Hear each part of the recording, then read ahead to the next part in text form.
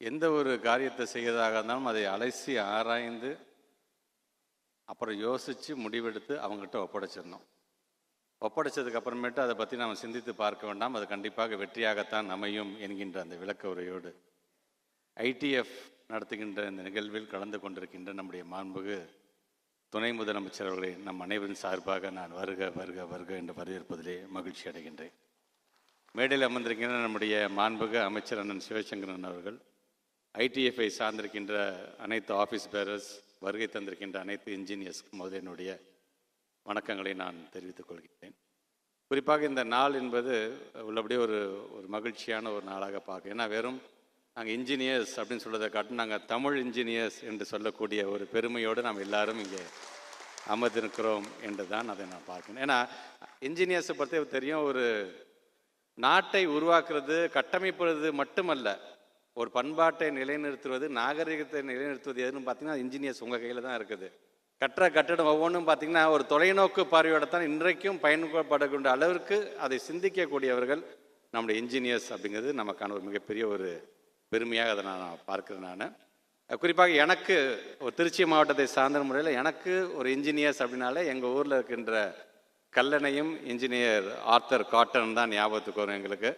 ஏன்னா ஒவ்வொரு ஆண்டும் கல்லணையில் தண்ணீர் திறக்கும் பொழுது அங்கே இருக்கின்ற ஆர்த்தர் காட்டனுடைய அந்த ஒரு திருவுருவ சிலை அங்கே இருக்கும்.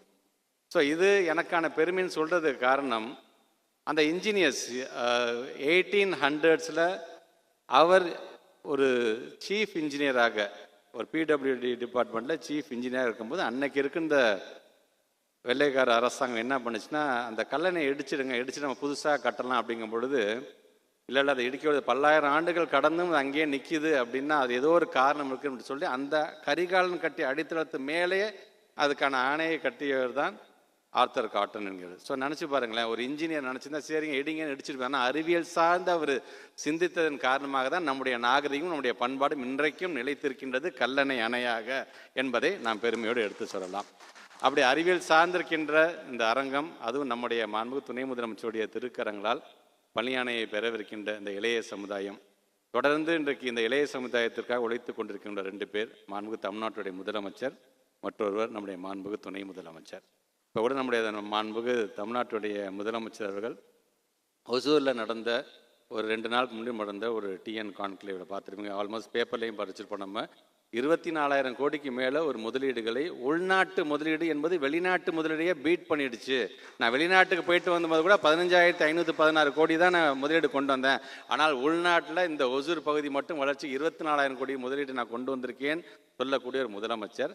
அந்த முதலமைச்சர் கொண்டு வருகின்ற இந்த இண்டஸ்ட்ரீஸ், அது சார்ந்திருக்கின்ற முதலீடுக்கு நமக்கான ஒரு ஹியூமன் ரிசோர்ஸை நம்ம தயார்படுத்தணும் இல்லையா? அந்த இளைய சமுதாயத்தை தயார்படுத்துறது யாருன்னு பார்த்தீங்கன்னா இங்கே அமர்ந்திருக்க நம்முடைய துணை முதலமைச்சர். ஒரு பக்கம் அப்பா இந்த பக்கம் முதலீடை கொண்டு வந்துகிட்டே இருக்காரு, இன்னொரு பக்கம் புள்ள அதற்கான ஹியூமன் ரிசோர்ஸை உருவாக்கிக்கிட்டே இருக்குது அப்படின்னு சொல்லும் பொழுது இந்த ஒரு கூடுதல் ஒரு கூட்டமைப்பான ஒரு வளர்ச்சி இன்றைக்கு வந்து நம்ம தமிழ்நாடு பெற்றிருக்கிறது காரணம் இந்த தொலைநோக்கு பார்வையோடு நம்ம சிந்திச்சுட்டு இருக்கனால தான். அதுவும் தமிழ் சார்ந்து அப்படின்னு சொல்லும்போது அப்படியே எங்களுக்கு பெருமை தான். ஏன்னா பல பேர் சொல்கிறாங்க, இப்போ வந்து ராஜ்பவனோட கெஸ்ட் ஒருத்தர் இருக்கார், அவர் அடிக்கடி என்ன சொல்கிறாருன்னா, தமிழில் நிறைய விளக்கங்கள் நிறைய துறை சார்ந்த செய்திகளுமே இல்லைப்பா அப்படின்னு அவர் அப்பப்போ டைம் கிடைக்கும் போதெல்லாம் ஏதாச்சும் நம்மளை குத்துணுமேனு பேசுகிறாங்க. 1973 பார்த்தீங்கன்னா இந்த பொறியாண்மையுடைய நுட்ப விளக்கம்ங்கிற ஒரு புத்தகத்தை முத்தமிழர் கலைஞர் அவர்கள் அன்றைக்கு எடுத்துக்கிட்ட நம்மளுடைய தமிழ்நாடு பொறியாளர் சங்கம், நம்முடைய அரசு துறை கீழே இயங்கிக்கிட்டு இருந்த அந்த சங்கம் அன்னைக்கு கொண்டு வந்த புத்தகத்தை வெளியிட்டு அதில் அணிந்துரை எழுதினவர் முத்தமிழர் கலைஞர் அவர்கள்.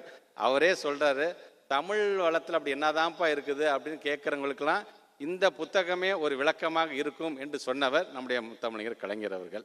ஸோ இந்த ஐடிஎஃப்ங்கிறது ஒரு பெயரளவில் மட்டும் நடத்திடாமல் தமிழன்கிற அந்த பெருமையை நிலைநாட்டுவதற்காக உங்கள் லோகோவில் கூட நானும் போய் நான் பார்க்குறேன்னு அதில் தமிழ்லையே உங்களோட சங்கத்தோடைய பேர் எழுதியிருக்கிறீங்க. செய்திகளை படிப்பதற்கு தமிழுக்குன்னு ஒரு தனியாக ஒரு ஆப்ஷன்ஸ் கொடுத்துருக்கிறீங்க. ஸோ தமிழ் அப்படின்னு வரும்போது எப்படியெல்லாம் வளர்க்க வேண்டுமோ அதை வளர்க்கக்கூடிய அனைத்து இன்ஜினியர்ஸுக்கும், உலகம் முழுவதும் இருக்கின்ற அனைத்து தமிழர்களுக்கும் இந்த நேரத்தில் நான் நன்றியை தெரிவிச்சுக்கிறேன். கலந்து கொள்ள வேண்டியவர் கலந்து கொள்ள ஒரு நிகழ்ச்சியில் இன்றைக்கி நாம் எல்லாம் பெருமையோடு கலந்து கொண்டிருக்கின்றோம். அதற்கு காரணம் நம்முடைய மாண்புகு துணை முதலமைச்சர் முத்தமிழர் கலைஞருடைய பேரப்புள்ள கலைஞரே வந்த போன்ற ஒரு உணர்வை நமக்கெல்லாம் வழங்கியிருக்கின்ற ஒரு நிகழ்வாகத்தான் இந்த நிகழ்வை நான் பார்க்கின்றேன். வருகை தந்திருக்கின்ற உங்கள் அனைவருக்கும் மீண்டும் ஒரு முறை என்னுடைய வணக்கங்களையும் வாழ்த்துக்களையும் தெரிவித்து இன்றைக்கு பணியாணை பெற இருக்கின்ற அனைத்து இளைய சமுதாயத்திற்கும் எத்தனை உயரத்துக்கு நீங்கள் சென்றாலும் சரி, எவ்வளோ மாதம் நீங்கள் சம்பாதிச்சாலும் சரி, நம்முடைய தாய்மொழியையும் நம்முடைய தமிழ்நாட்டையும் என்றைக்குமே மறந்து விடாதீர்கள் என்கின்ற விளக்கத்தோடு என்னுடைய உரையை நிறைவு செய்கிறேன். நன்றி, வணக்கம். நிறைய அரசியல் மாநாடுகளில் கலந்து கொண்டிருக்கிறேன். ஆனால் முதல் முறையாக ஒரு பொறியாளர்கள் மாநாட்டில் இந்த கலந்து கொண்ட வாய்ப்பை கொடுத்த சர்வதேச தமிழ் பொறியாளர்கள் மன்றத்தினருக்கு முதல்ல என்னுடைய நன்றியை நான் தெரிவித்துக் கொள்கின்றேன். நேற்றைக்கு துவங்கி இன்று 2 நாட்களாக இந்த மாநாடு சிறப்பாக நடந்து கொண்டிருக்கிறது. நேற்று டெக்னிக்கல் செஷன்ஸ், எக்ஸிபிஷன்ஸ் அப்படின்னு ஏராளமான சிறப்பு வாய்ந்த உங்களுக்கு அனைவருக்கும் பயனுள்ள நிகழ்ச்சிகள் நிறைய நடைபெற்று கொண்டிருக்கிறது. அதோட தொடர்ச்சியாகத்தான் இன்றைக்கு இந்த நிகழ்ச்சி நடக்கிறது. குறிப்பாக பல்வேறு MOUs புரிந்துணர்வு ஒப்பந்தங்கள் இங்கே கையெழுத்தாகி இருக்கின்றது. பொதுவாகவே இன்ஜினியர்ஸ்ன்னு சொன்னாலே எதையுமே நேர்த்தியாக செய்யக்கூடிய மிகவும் பெர்ஃபெக்ஷனிஸ்ட் அப்படின்னு சொல்லுவாங்க. இங்கே வந்திருக்கக்கூடிய அத்தனை பேரும் பெர்ஃபெக்ஷனிஸ்ட். அதையும் தமிழ் பொறியாளர்களை பற்றி சொல்ல வேண்டிய அவசியம் இல்லை. கிட்டத்தட்ட 1000 வருஷத்துக்கு முன்னாடியே மிகப்பெரிய கட்டுமானங்கள், அணைகளை கட்டிய பெருமை நம்முடைய தமிழர்களுக்கு உண்டு. இன்னைக்கு உலகத்தில் எந்த நாட்டுக்கு போனாலும் நம்ம அங்கே சந்திக்கக்கூடியவங்க தமிழ் பொறியாளர்கள் தான். அதுவும் மிகப்பெரிய பொறுப்புகள், மிகப்பெரிய நிறுவனங்களில் மிகப்பெரிய பொறுப்புகள் இருக்கக்கூடியவங்க நம்முடைய தமிழ் பொறியாளர்கள் தான். இந்த சர்வதேச தமிழ் பொறியாளர்கள் மன்றத்தில் 5000த்துக்கும் அதிகமான உறுப்பினர்கள் இருக்கிறீங்க. 220க்கும் அதிகமான நாடுகளிலிருந்து வந்திருக்கீங்கன்னு கேள்விப்பட்டப்போ ரொம்ப சிறப்பாகவும் மகிழ்ச்சியாகவும் இருந்தது. சமீபத்தில் நம்முடைய முதலமைச்சர் அவர்கள் தமிழ்நாட்டுக்கு முதலீடுகளை ஈர்ப்பதற்காக ஜெர்மனி மற்றும் இங்கிலாந்து நாடுகளுக்கு வந்தப்போ உங்களில் நிறைய பேர் சந்தித்ததாக நான் கேள்விப்பட்டேன். அன்போடு பாசத்தோடு முதலமைச்சர் அவர்களை வரவேற்று நீங்கள் புகைப்படமெல்லாம் எடுத்துக்கிட்டீங்க. உங்களுடைய அன்போடும் ஆதரவோடும் இன்னைக்கு சுமார் 15,000 கோடி மதிப்பிலான முதலீடுகளை நம்முடைய முதலமைச்சர் அவர்கள் ஈர்த்து கொண்டு வந்திருக்கிறார். முதலீடுகள் மட்டுமல்ல, 18,000 இளைஞர்களுக்கு வேலை வாய்ப்பையும் பெற்றுக் கொடுத்திருக்கிறார். இது சாத்தியமானதுக்கு அரசு முயற்சிகள், முதலமைச்சருடைய முயற்சிகள் இருந்தாலும் உங்களை மாதிரி வெளிநாட்டில் இருக்கக்கூடிய தமிழ் உறவுகளுடைய ஆதரவும் அன்பும் மிக மிக முக்கியமான காரணம். நாம வெளிநாட்டில் அடிக்கடி சந்திச்சிருந்த போதும் இன்னைக்கு தமிழ்நாட்டில், நம்முடைய தாய்நாட்டில் சந்திக்கின்ற வாய்ப்பு இன்னைக்கு இந்த நிகழ்ச்சி மூலமாக கிடைச்சிருக்கு. பொதுவாக மற்ற டிபார்ட்மெண்ட்டில் வேலை செய்கிறவங்கெல்லாம் அவங்க டிபார்ட்மெண்ட்டில் ஸ்பெஷலிஸ்டாக இருப்பாங்க, அதில் ஒர்க் பண்ணுவாங்க. ஆனால் இன்ஜினியர்ஸ் மட்டும்தான் எல்லா டிபார்ட்மெண்ட்லையும் இருப்பாங்க, எல்லாத்துலேயுமே ஸ்பெஷலிஸ்டாக இருப்பாங்க. அந்த அளவுக்கு மல்டி டேலண்டட் பர்சனாலிட்டிஸ்னால் இங்கே வந்திருக்கக்கூடிய இன்ஜினியர்ஸ் நீங்கள் தான்.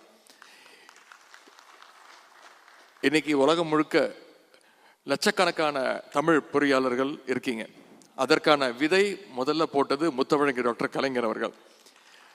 இன்னைக்கு தமிழ்நாடு முழுக்க பொறியியல் கல்லூரிகளை அதிக அளவில் திறந்தவர் முத்தமிழறிஞர் டாக்டர் கலைஞர் அவர்கள் தான். கல்லூரி தொடங்கியதோடு மட்டும் நிற்கல, இன்ஜினியர் படிக்கிறதுக்கு என்ட்ரன்ஸ் தேர்வு, நுழைவுத் தேர்வு தேவையில்லை அப்படின்னு ரத்து செய்ததும் நம்முடைய முத்தமிழறிஞர் டாக்டர் கலைஞர் அவர்கள் தான்.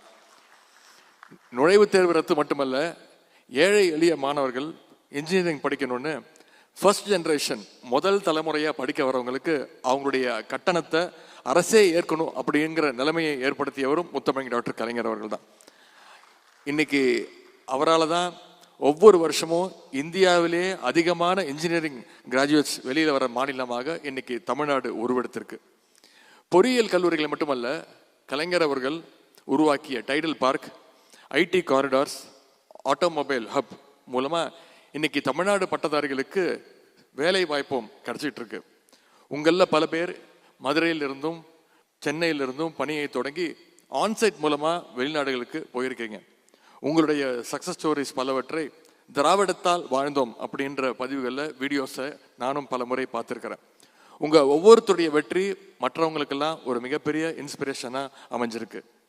உங்களை மாதிரி இன்னும் பல ஆயிரம் பேரை உருவாக்கணும்னு 3000 பேருக்கு பணி நியமன ஆணைகளை இன்னைக்கு கொடுக்கின்றோம். அது மட்டும் இல்லை, 6000 பேருக்கு பயிற்சியோடு கூடிய வேலை வாய்ப்புகளை வழங்கணும்னு நம்முடைய அரசு சார்பாக இங்கே புரிந்துணர்வு ஒப்பந்தங்கள் கையெழுத்தாக இருக்கு. அதற்கு என்னுடைய வாழ்த்துக்கள். எல்லாத்துக்கும் மேலே அரசு பள்ளியில் படிச்சுட்டு உயர்கல்விக்காக வெளிநாடு போகின்ற மாணவருடைய முழு கல்வி செலவையும் கட்டண செலவையும் அரசே ஏற்கும் அப்படிங்கிற முக்கியமான திட்டத்தையும் நம்முடைய முதலமைச்சர் அவர்கள் செயல்படுத்தியிருக்கிறார். அது மட்டும் இல்லை, நான் முதல்வன் ஸ்கவுட் ப்ரோக்ராம் மூலமாக ஆண்டுக்கு 100 மாணவர்களை தேர்ந்தெடுத்து வெளிநாட்டுக்கு போய் இன்டர்ன்ஷிப் ட்ரைனிங் வேலை வாய்ப்பையும் நம்முடைய அரசு கொடுத்துக்கிட்டு இருக்கு.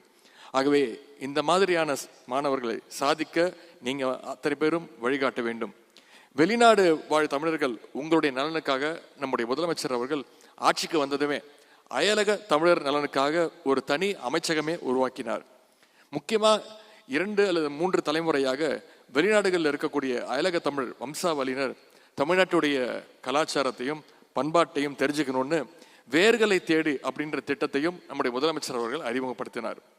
தமிழ் பொறியாளர்கள் நீங்கள் தொடர்ந்து உங்களுடைய ஐடியாஸையும் சப்போர்ட்ஸையும் நம்முடைய அரசுக்கு தொடர்ந்து வழங்க வேண்டும். நீங்க பணி செய்கின்ற நாடுகளுக்கு வர்ற நம்முடைய தமிழ் பிள்ளைகளுக்கு நீங்கள் உற்ற துணையாக நல்ல சப்போர்ட்டாக இருந்து அவங்களுடைய வாழ்க்கையிலையும் நீங்க ஒளியேற்ற வேண்டும் என்று நான் கேட்டுக்கொள்கின்றேன். அதை நீங்க செய்வீங்கன்ற நம்பிக்கை எனக்கு இருக்கின்றது. நீங்க அயல் நாடுகளில் வாழ்ந்தாலும் உங்களை தமிழ்நாடும் தமிழ்நாடு அரசும் தமிழ் மக்களும் என்றைக்கும் மறக்க மாட்டார்கள். உங்களை போன்ற இன்னும் பல 100 இன்ஜினியர்ஸ் உருவாக்கும். அப்படி உருவாகின்ற இன்ஜினியர்ஸ் சக்சஸ்ஃபுல் ஆண்டர்பிரினர்ஸாக உயர்த்தவும் நம்முடைய அரசு என்றைக்கும் உங்களுக்கு துணை நிற்கும். தமிழ்நாடும் தமிழ் சமுதாயமும் செழிக்கட்டும். சர்வதேச தமிழ் பொறியாளர்கள் மன்றத்துடைய பணிகள் அனைத்தும் சிறக்கட்டும்னு சொல்லி இந்த வாய்ப்புக்கு நன்றி கூறி விடைபெறுகின்றேன். நன்றி, வணக்கம்.